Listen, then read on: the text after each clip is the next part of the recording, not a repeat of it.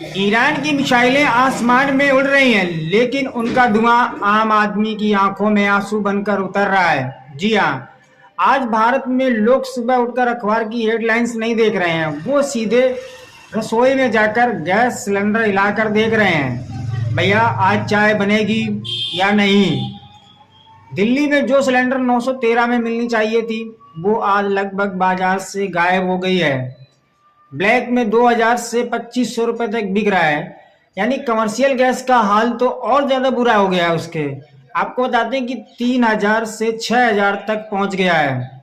जो टपरी चाय वाले जो हमें दिन भर की लड़ाई लड़ने की ताकत देती थी, आज उसका स्वाद कड़वा लग रहा है। लगभग कड़वाहट पत्ती में नहीं, कीमत में है।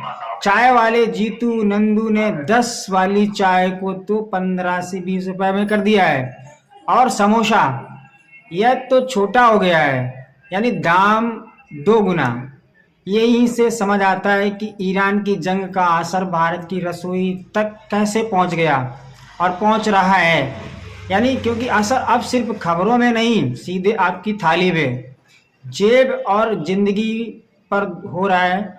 सबसे हैरानी की बात तो ये है कि मिसाइल वहाँ गिर रही है, मुसीबत यहाँ गिर रही है। पूरा खेल है उस समुद्री रास्ते का जहाँ से तेल और गैस आती है। मतलब अच्छी खबर तो ये है कि भारत के दबाव के बाद फंसे हुए जहाज़ों को रास्ता मिल गया है और गैस टैंकर भारत की ओर बढ़ चुके हैं। अब समस्या ये पैदा हो रही है कि सरकार कह रही है कि कुछ ही दिनों में सब ठीक हो जाएगा, लेकिन आम आदमी का यह सवाल वही है, जब जहाज चल पड़े हैं तो अभी गैस क्यों नहीं मिल रही भैया।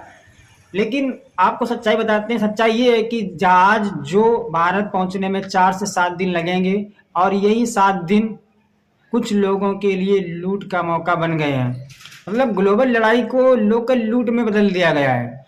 सरकार ने घरेलू सप्लाई बचाने के लिए कमर्शियल गैस पर रोक लगा दी है। नतीजा ये निकला है कि हलवाई, ढाबे और रेस्टोरेंट गैस के बिना, कई दुकानें कई जगह बंद हो चुकी हैं और जो खुली हुई हैं वो ब्लैक में 6000 तक सिलेंडर खरीद रहे हैं।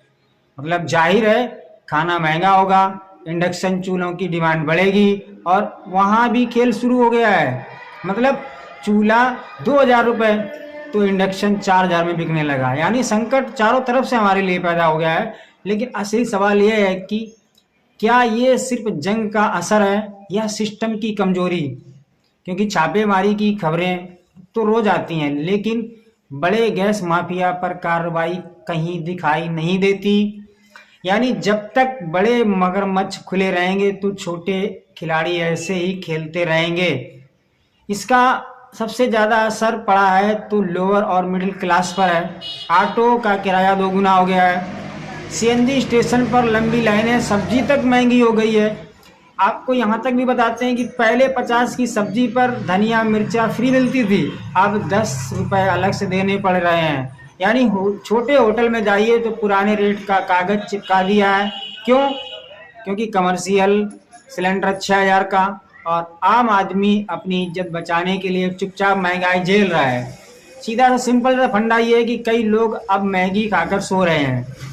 ये सिर्फ लाइफ स्टाइल का बदलाव नहीं, ये भरोसे का तोड़ना और टूटना है।